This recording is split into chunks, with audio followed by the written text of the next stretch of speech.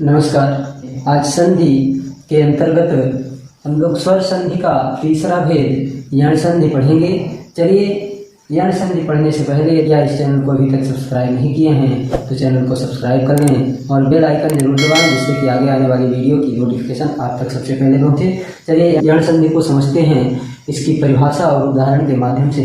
तो यण संधि की परिभाषा है इको यणच।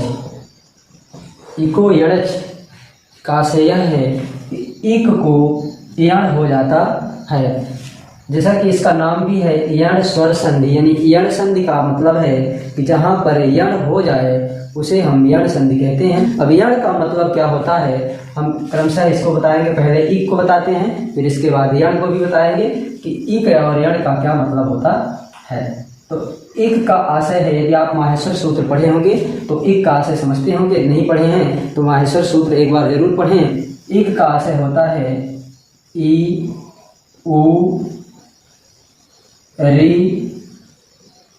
लृ, ई उ री लृ। अब इसी तरह से यण भी है।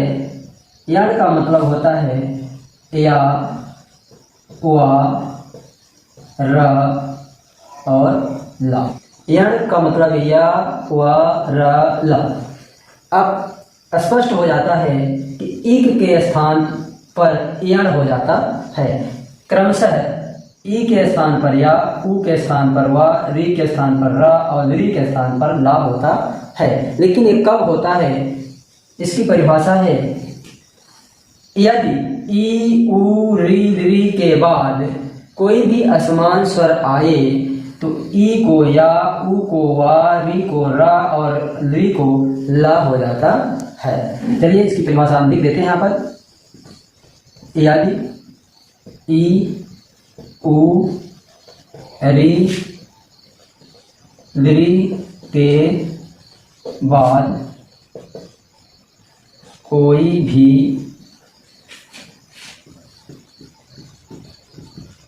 असमान स्वर आए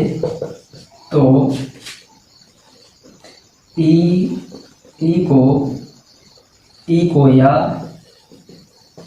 उ को वा,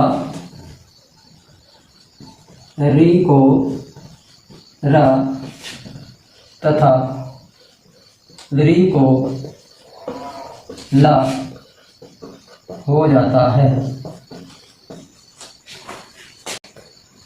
यदि ई उ री लृ के बाद कोई भी असमान स्वर आए तो ई को या, उ को वा, री को रा तथा लृ को ला हो जाता है। अब एक बार इस परिभाषा को आप लोग ध्यान से पढ़ लीजिए या स्क्रीनशॉट ले लीजिए। इसके बाद उदाहरण हम बताते हैं।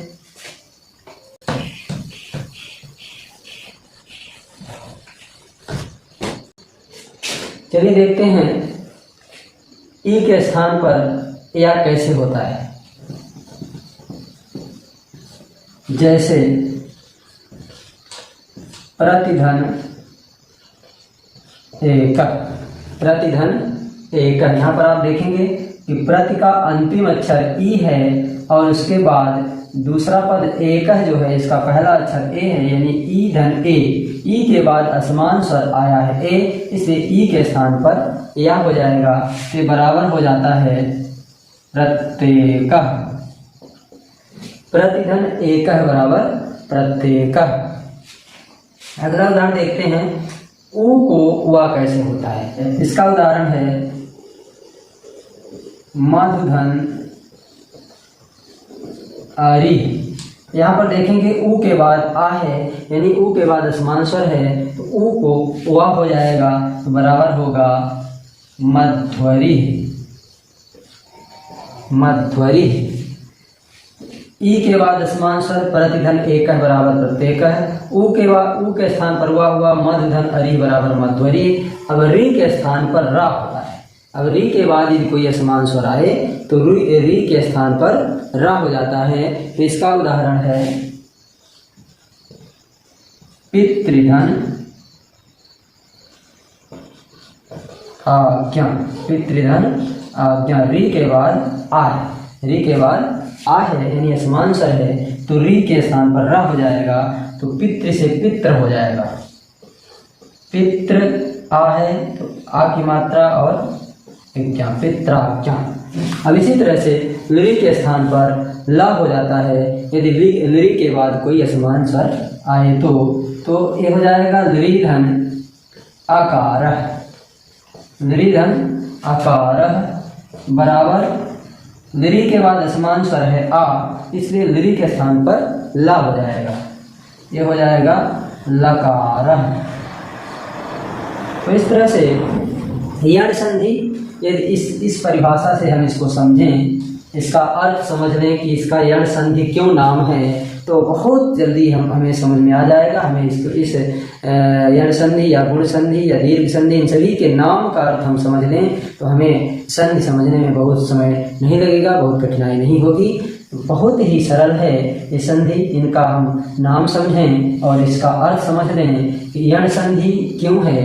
यण संधि इसीलिए इसका नाम है क्योंकि ईक के स्थान पर यण हो जाता है, और यण हो जाने की वजह से ही इसका नाम यण संधि है। और यण का आशय या व राला है, ईक के स्थान पर यण होता है, इसलिए इसे यण संधि कहते हैं। चलिए, वीडियो यदि अच्छा लगे तो लाइक करें, शेयर करें और चैनल को सब्सक्राइब करें। धन्यवाद।